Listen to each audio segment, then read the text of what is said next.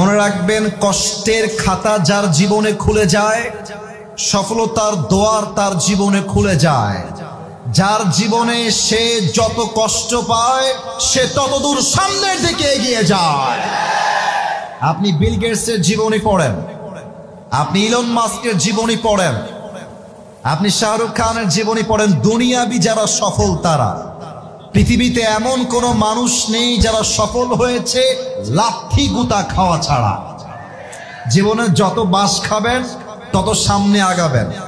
অতএব কেউ ধোঁকা দিলে হতাশ হওয়ার কিছু নাই।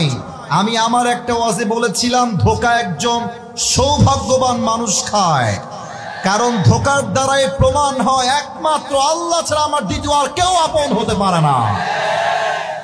তো তুমি যদি কখনো তোমার রক্তের আপন মানুষ দ্বারা প্রতারিত হও, স্মরণ করবা ইউসুফ আলাইহিস সালামের কথা, যিনি তার আপন ভাই দ্বারা প্রতারিত হয়েছিলেন।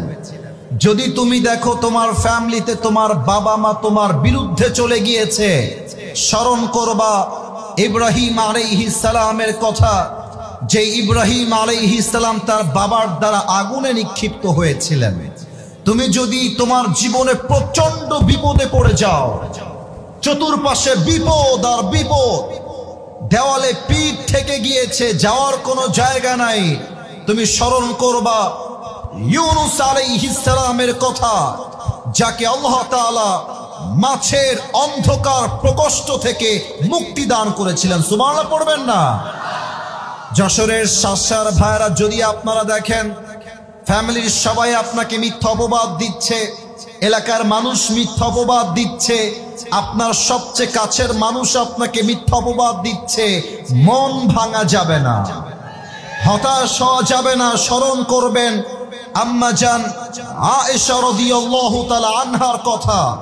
এরকম চরিত্রবান একজন নারীকে জিনার অপবাদ দেওয়া হয়েছে, তিনি আল্লাহর উপরে ভরসা হারান নাই, আল্লাহ তার সম্মানকে আকাশচুম্বী করে দিয়েছে। ঠিক কিনা বলেন?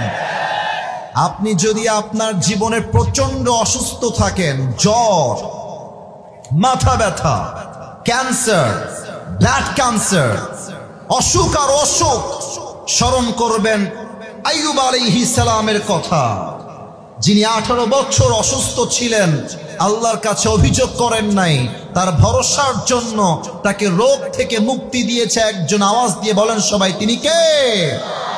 আপনি যদি দেখেন আপনার সবচেয়ে কাছের বন্ধু আপনাকে নিয়ে ট্রল করছে, আপনার আব্বা আম্মা আপনাকে হাসির পাত্র বানাচ্ছে, আপনার বউ আপনাকে দেখে মজা নিচ্ছে, মনে করবেন আমাদের প্রিয় নবী মুহাম্মদুর রাসূলুল্লাহ সাল্লাল্লাহু আলাইহি ওয়াসাল্লামের কথা, যিনি তার পরিবারের আপন মানুষ দ্বারা ট্রলের শিকার হয়েছেন, বাট তিনি আশা হারান নাই, সেই নবী পুরো বিশ্বকে জয় করে দেখিয়ে দিয়েছে। আপনি যদি দেখেন চতুর্পাশের প্রত্যেকটা মানুষ আপনাকে বিপদে ফেলবার জন্য মরিয়া হয়ে গেছে, বিপদে ফেলতে চায়, আপদে ফেলতে চায়, মনে রাখবেন সাইয়্যিদুনা ঈসা আলাইহিস সালামের কথা, যাকে তার কওমের লোকেরা ফাঁসির কাস্টে ঝুলাবার জন্য ষড়যন্ত্র করেছিল, তাকে আসমানে উঠায় নিয়ে রক্ষা করেছিল একজন, তিনি কে?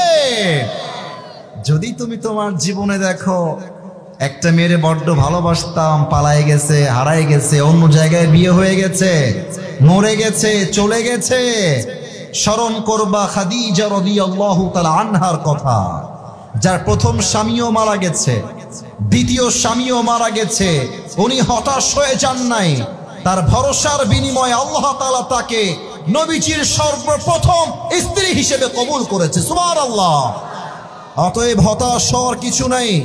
ওয়ালাসাউফা ইউতিকা রাব্বুকা ফাতারদা, put your trust on your Lord, indeed and verily your Lord will give you something that will definitely make yourself happy. রবের উপরে ভরসা করো, যা হারিয়ে গিয়েছে তার চাইতে উত্তম কিছু দিবে একজন, তিনি কে? আল্লাহ আমাদের সবাইকে হতাশা মুক্ত জীবন দান করুক। পড়েন সবাই আমিন।